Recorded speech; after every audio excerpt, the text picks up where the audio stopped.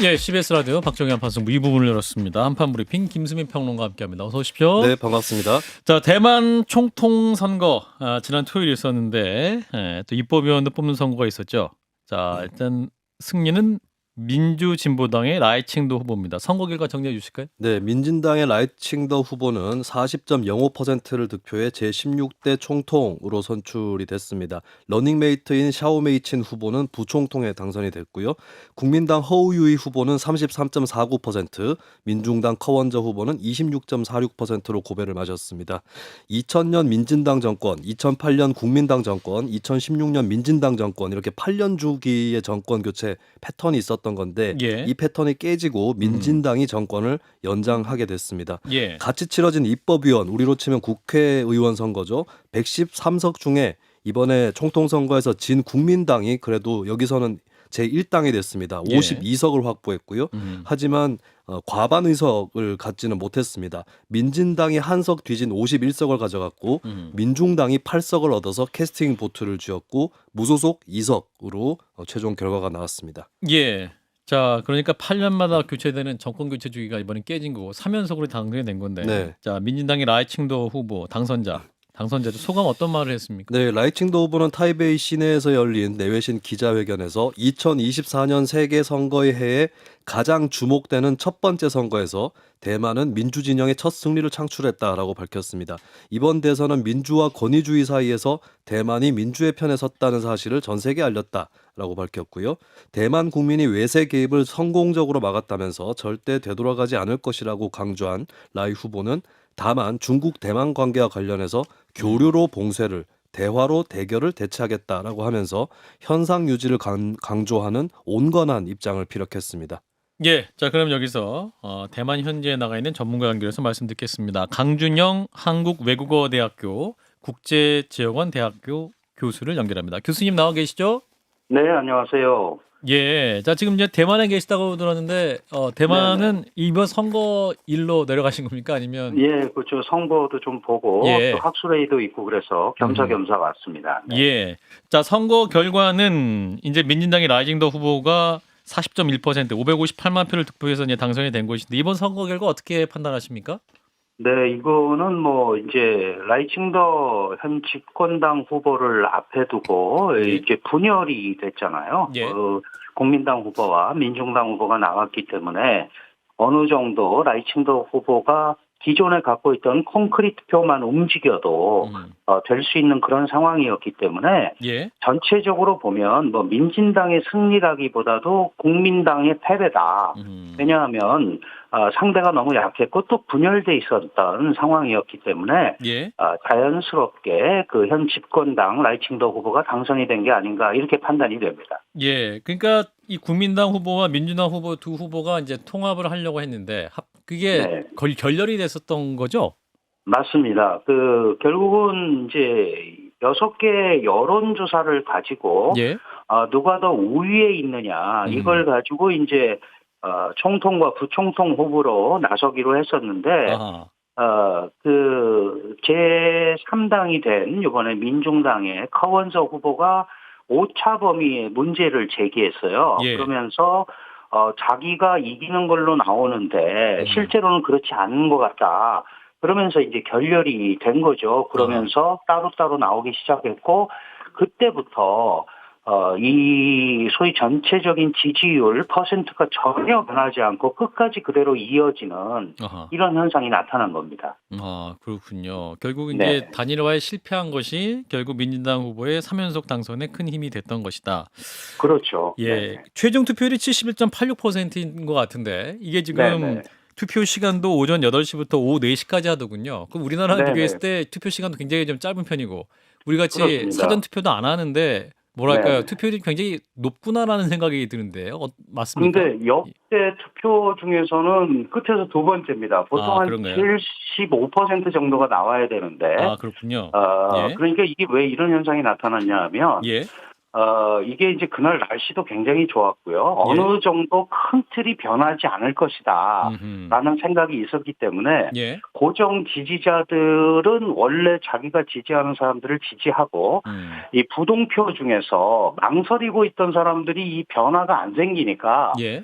상당히 기권을 한 것 같아요. 아하. 그러다 보니까 역대 2위, 뒤에서 2위의 낮은 투표율을 기록을 하게 된 게 아닌가 이렇게 판단이 되고요. 예. 이번 선거에서 가장 큰 특징은 20대에서 40대까지의 젊은 유권자가 거의 50% 이상의 몰표를 커원자한테 던진 겁니다. 그렇게 민중당 되면 이제 후보에게. 예. 네, 민중당 후보에게 던지다 보니까 국민당이 역전할 기회는 근본적으로 사라졌다. 이렇게 보는 게 맞을 것 같습니다. 예. 장 변호사와 또 김영우 네, 의원님 같이 저 질문해 주시죠. 장 교수님 변호사님. 말씀을 듣다 보니까 좀 질문이 생기는 게 언론이나 네, 이제 네. 한국에서는 이게 친미를 선택했다, 아니면 친중을 선택하지 않았다 이런 프레임으로 보는데 이게 어쨌든 대만 내부의 정치 구도와 더 밀접한 게 그 결과물이 네. 아니었나 이런 생각도 드는데 그렇습니다. 그렇습니까? 아주 적절한 지적을 해주셨는데요.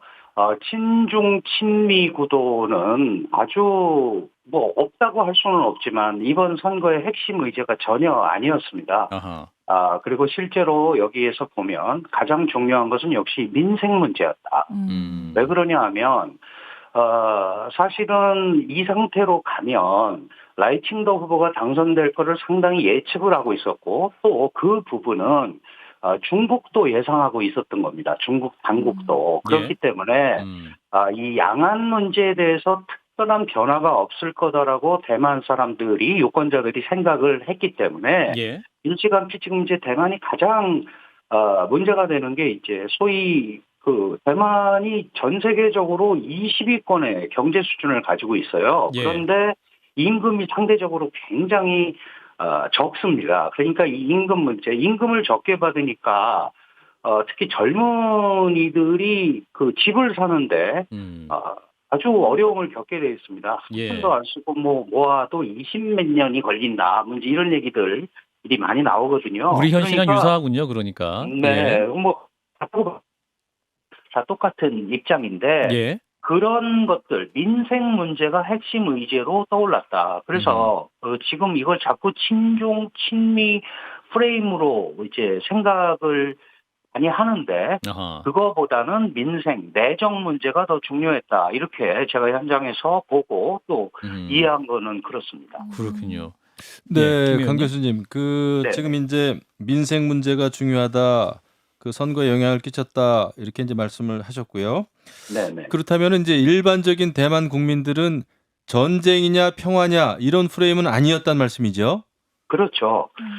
지금 이제 이번에 전체적인 흐름을 보면 라이칭더의 민진당 후보는 민주화 독재라는 프레임을 내걸었습니다. 예. 그러니까 다른 예를 들어서 국민당이 이기면 이거는 독재와 타협을 하는 거다.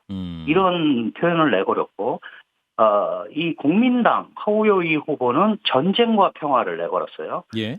만약에 민진당 후보가 당선이 되면 우리는 중국으로부터 전쟁 위협에 시달리게 된다. 그러니까 평화를 선택하려면 자신을 뽑아야 된다.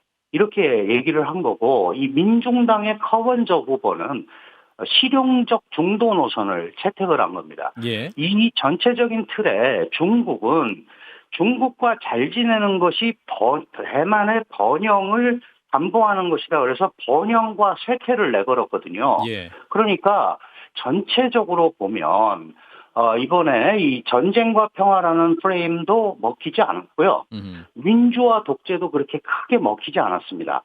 전반적으로 우리가 보통 이 대만의 그 유권자들 분석을 해보면 집권당 프리미엄, 특히 민진당을 지지하는 독립 성향 30% 정도 되고요. 예. 국민당이 고정표가 한 25% 정도 된다고 그러거든요. 예. 그리고 나머지 45%를 가지고 이제 싸우는 게 대만 선거의 양상이었는데 예. 이번에는 개인 정당의 그 색채를 많이 띠고 있는 이 커원저 후보, 민중당의 커원저 후보가 무려 300만 표를 가져가면서 369만 이게 이제 표? 구조가 이게 흐트러진 거죠. 음흠. 그러다 보니까 이번 선거를 뭐 친중 친미나 이런 프레임으로 설명하기가 굉장히 어렵고 결국은 좀 속된 말로 얘기하면 집토끼 전쟁이었다.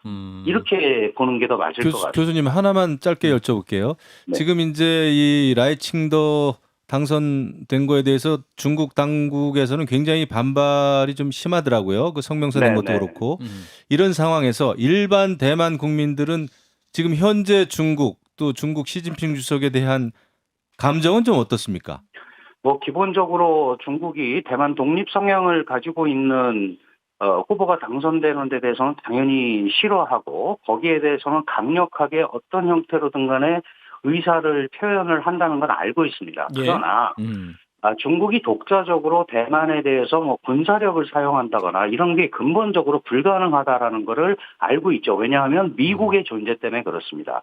그러니까 실제로는 11월 5일에 열리는 미국 대선까지는 양안 관계가 커다란 변화가 없을 거다. 다만 독립을 지향하는 후보가 당선이 됐다라고 한다면 중국으로서도 어떤 얘기를 하지 않을 수가 없는 거거든요. 예. 그러니까 일종의 길들이기라고 그럴까요? 이런 부분들이 계속 진행이 될 거다. 그러나 그런 부분도 주로 경제적인 측면에 집중이 돼서 진행이 될 거다라는 게 기본적으로 이쪽에 대만 유권자들의 기본 인식인 것 같습니다.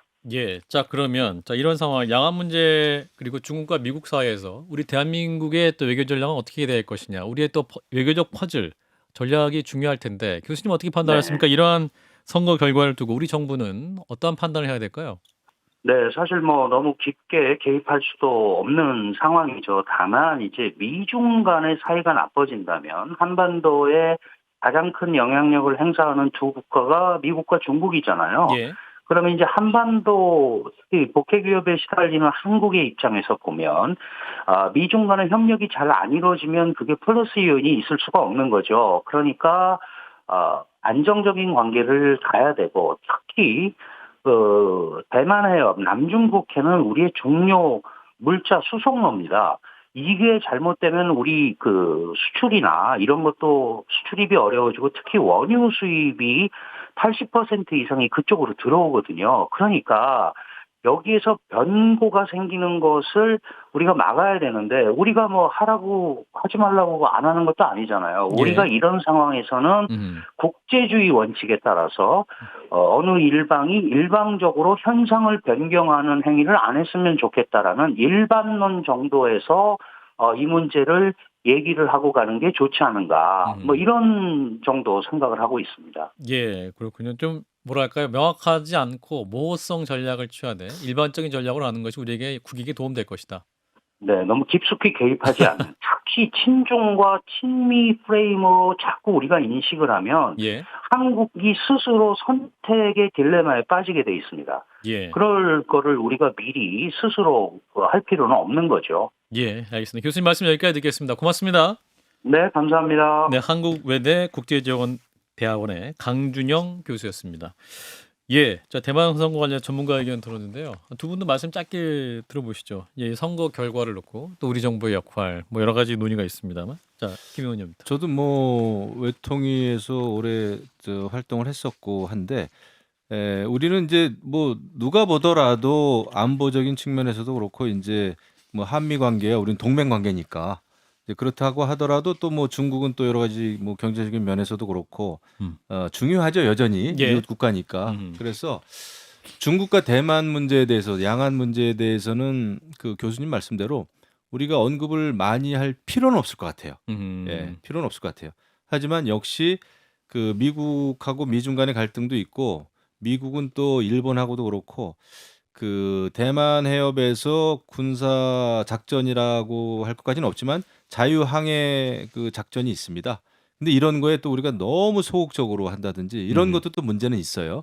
그래서 우리는 정부 차원에서의 그 외교적인 메시지는 줄이되 군사적인 차원에서는 한미 동맹에 소홀히 할 수는 없다. 여전히 그렇죠. 우리가 그 처한 입장이. 네, 장 변호사님. 저는 이 강준영 교수님 인터뷰를 들으면서 마지막 말미에 주신 말씀이 좀 마음에 와닿는데 국제주의 원칙을 견지해야 된다라는 거.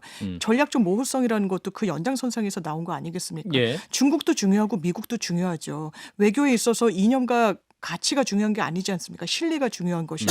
그런데 예. 우리 정부는 너무 선명하다. 특히 외교 노선이 너무 쨍하고 뚜렷하다. 그로 인해서 얻는 실익이 그 형량을 해봤을 때 과연 득이 많을 것인가 마이너스가 더 많을 것인가 저는 후자라고 생각이 들거든요. 그래서 이런 전문가들 의견을 잘 수렴했으면 이 정부가 외교 노선을 좀 변경할 필요가 있겠다 이런 생각이 많이 듭니다. 예, 자 방심이 얘기해 보겠습니다. 방송통신심의위원회 유일임 위원장이 가족과 지인을 동원해서 민원을 제기했다라는 의혹을 받아왔는데 방심이 내부자가 이 민원인의 개인정보를 유출했다. 그 의혹을 수사하고 있는 경찰이 압수수색을 했네요.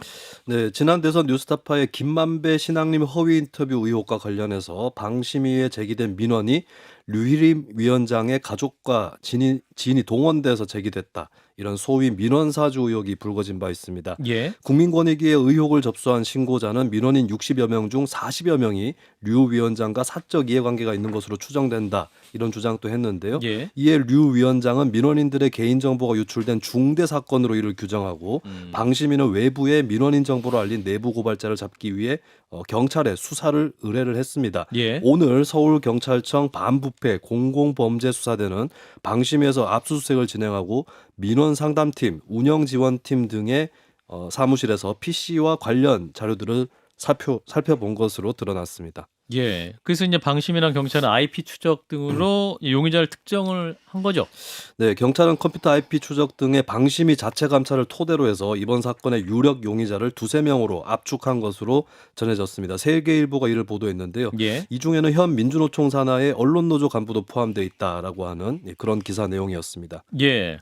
자, 그러니까 이 자세한 이게 어떤 거예요? 그러니까 장 변호사님 좀 더 네. 자세히 설명해 주세요. 그러니까 이게 무슨 민원을 제기했다는 겁니까? 김만배 신앙님 인터뷰와 관련해서 이게 허위 인터뷰고 날조된 기사하고 받아 쓴 언론사들도 문제가 많으니 예. 이 부분에 대해서는 방심위에서 들여다봐야 된다. 아. 이렇게 이 민원을 민원을 제기하면 제기한 건데. 그게 공식적으로 제기가 돼야 되는 거죠. 그렇죠. 근데 누가 제기한 거야? 봤더니 이걸 왜 또 나오게 됐냐면요. 거의 복붙을 한 거예요. 아. 복사 붙여넣기, 복사 붙여넣기. 아. 이름도 뭐 이러고.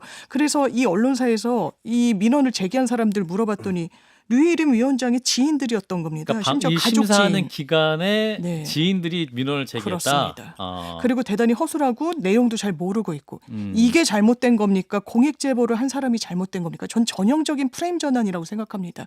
이런 걸 외부에 알리는 걸 네 글자로 공익 제보라고 합니다. 이 내부 사람이 알리지 않으면요. 이런 건 언론이든 외부에 나올 수조차 없는 그런 비위 사실이거든요. 본인의 이해 충돌에 대해서는 눈 감고 용의자라뇨. 용의자라고 부르지 않습니다. 공익 제보자라고 부르는 게 맞다고 생각합니다. 그러니까 이제 이러한 지인들을 동원해서 이제 방심의 민원을 제기했는데 네. 그 민원을 제기한 분이 그러니까 유일임 위원장 가족과 지인인 것 같다는 것을 제보를 방심위 내부자가 한 것을 또 이제 그 수사를 한 상황인 맞습니다. 거죠. 자, 예. 김용호 의원님 이 부분 어떻게 보십니까? 저는 근데 이게 이제 확실하게 팩트인 거와 아닌 거가 조금 불분명하게 좀 뒤섞여 있는데 예. 그 유일임 위원장의 지인이다, 뭐 가족이다 하는 거는 아직까지도 그냥 사실은 뭐 논쟁적입니까? 추정으로만 나와요. 예, 논쟁적입니다. 어느 정도까지 아는 지인인지. 하지만은 이 민원인들의 개인 정보를 유출한 거는 거의 팩트 같아 보여요. 예. 그래가지고 지금 이제 수사까지 진행이 되고 있는데 예. 저는 공익 제보요? 글쎄요. 공익 제보라고 하면은 그 권력을 휘두르거나 자기 어떤 내부 조직에 있어서 그런 어떤 자기보다 상급자가 부정한 일을 한다. 뭐 그런 거를 누군가한테 알린다고 하면 공익 제보지만은 이거는 일반인들의 개인 정보를 그냥 유출한 거 아닙니까? 예. 저는 이거 공익 제보하고는 조금 다른 차원인 것 같아요. 개인정보 유출일 수 있고 개인정보 침해일 수 있고 그래서 그것 때문에 수사에 들어가는 것 같거든요. 압수수색까지. 예. 그래서 조금 구분해 볼 필요는 있겠다 생각이 장 드는데. 변호사님 법률적 이슈인데. 이게 내부자가 아니면 알 수 없는 부분이라서 이 내부 IP를 뒤지고 이러는 것 같아요. 저는 왜 프레임 전환이란 말씀을 드리면요.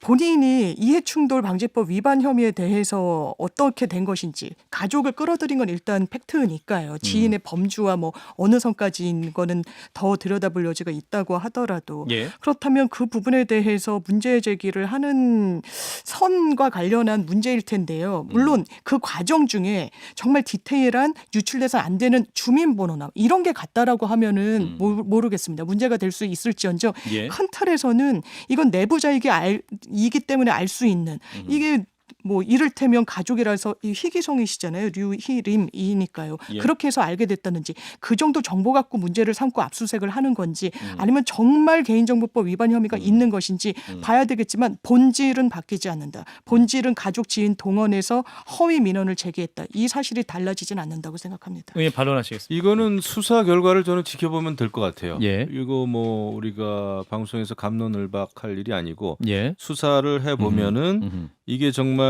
그 어떤 사람들의 개인 정보가 유출이 됐는지 누가 유출했는지 그다음에 그런 그 민원을 제기했다는 사람과 유림 그 위원장의 관계를 알 수 있지 않겠습니까? 예.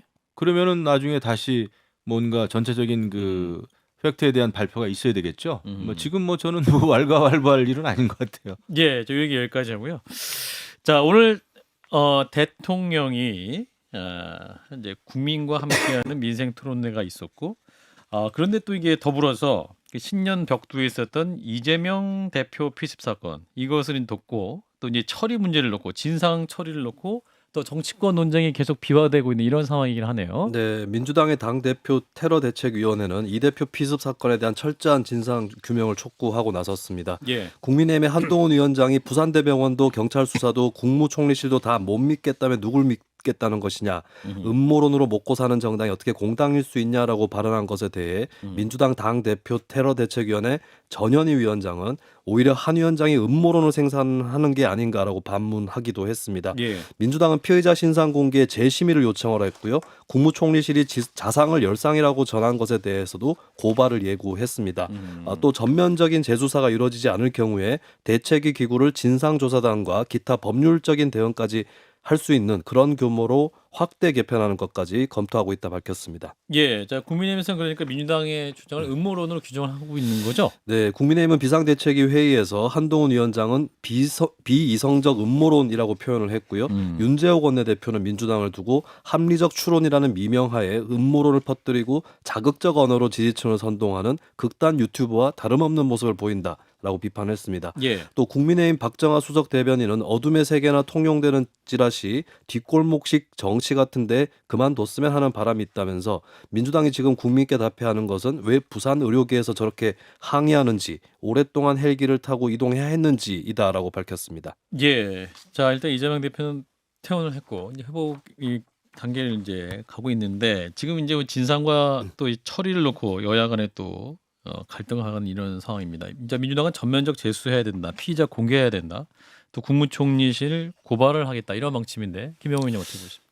지금 민주당이 왜 그렇게 그런 주장을 하는지 저는 사실 이해를 못하겠습니다. 이게 수사가 이루어졌고 근데 그런 상황에서 왜 무슨 재수사를 또 더 하자는 건지 모르겠고 아마 이런 그 테러가 민주당 입장에서는 그 국민의힘과 뭔가 연결을 자꾸 시키고 싶은 것 같아요. 그리고 그렇게 연결을 짓고 싶어 하는 것 같아요. 이 총선을 앞두고. 그러니까 자꾸 이제 음모론 이런 걸 제기하면서 지금 수사가 굉장히 부실한 수사인 것처럼 이렇게 얘기하는데 저는 그게 너무나 정치적이다 생각합니다. 사실 이런 때는 정치권이 할 일은 일단 테러 자체가 잘못된 거잖아요. 그렇죠. 예, 그리고 배후라는 거는 있을 수도 있고 없을 수도 있고 뭐 그렇지 않습니까? 근데 그거는 수사 결과 이제 밝혀지는 건데 지금 그 수사를 못 믿겠다고 하는 것 자체가 저는 굉장히 정치적이다 생각을 하고 본인들이 원하는 결과가 나올 때까지 아니면 그런 본인들이 원하는 그런 어떤 음모와 자꾸 연결시키고자 하는 저는 정치인들의 어떤 그 욕망 같아요. 그래서 욕망이다. 오히려 이런 때는 이걸 반성하고 왜 우리 정당들이 말이죠 강성 지지층에만 이 그 해바라기 정당처럼 아까 제가 기댄 정당. 얘기했듯이 강성 지지층만 바라보는 그 팬덤 해바라기 정당이 되다 보니까 이런 그 극단적인 갈등, 테러까지 일어나는 것 같습니다. 이것을 사실 당 지도부는 이런 당내를 오히려 자제시킬 필요가 있다. 여야 막론하고 예. 그렇게 생각합니다. 예, 그게 싸울 일이 아니고. 자, 장 변호사님은 일단 저는 국민의힘 반응이 좀 아쉬운 게요.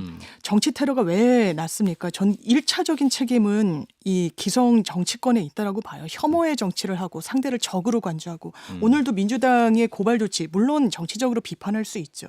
음모론으로 먹고 사는 정당, 극단 유튜버 같다. 뒷골목식 정치한다. 이렇게 이야기해서 되겠습니까? 일단 민주당 입장은 그렇습니다.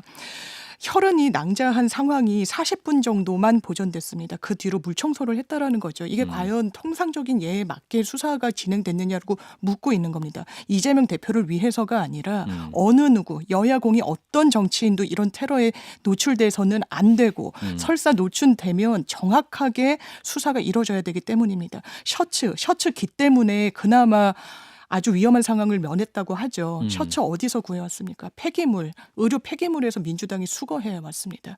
이게 맞는 방향입니까? 그랬기 때문에 처음에 총리실 산하 기구에서 한 것도 경상이다. 1cm 열상이다. 찢어진 정도에 불과했다라는 거죠. 물음표가 많이 쳐지는 겁니다. 예. 한동훈 장관 당시에 6.25 행사에 참석해서 휴대전화를 본인이 잃어버렸습니다. 강력계 형사가 현장에 나갔죠. 이게 과연 기울어졌다고 생각되지 않는지 묻고 있는 겁니다. 이건 민주당을 위한 일도 아니고 저는 정치를 위해서 해야 되는 일이라고 생각합니다. 그리고 이제 저것도 있어요. 저는 이게 이제 자꾸 부풀려지는 게 처음부터 뭐 상처를 치료한 의사가 브리핑을 하지 않고 저 처음에 좀 이상했던 게 10초. 뉴스 시간에도 그렇고 예. 민주당의 당직자 인재 영입된 분 이런 그 당직자가 계속 상처에 대해서도 그렇고 브리핑을 하더라고요. 예. 저는 굉장히 의아스럽게 생각했거든요. 그래서 처음부터 정확한 팩트를 알리는 노력을 안 한 거죠. 이러다 보니까 그러면 좀 아쉬웠다. 예, 오해가 좀 말씀으로. 커진 거 아닌가 그런 생각도 들어요. 예, 말씀 여기까지 듣고 마무리하겠습니다. 김승인 평론가였습니다. 고맙습니다. 네, 감사합니다. 좋아요, 구독. 알림 설정.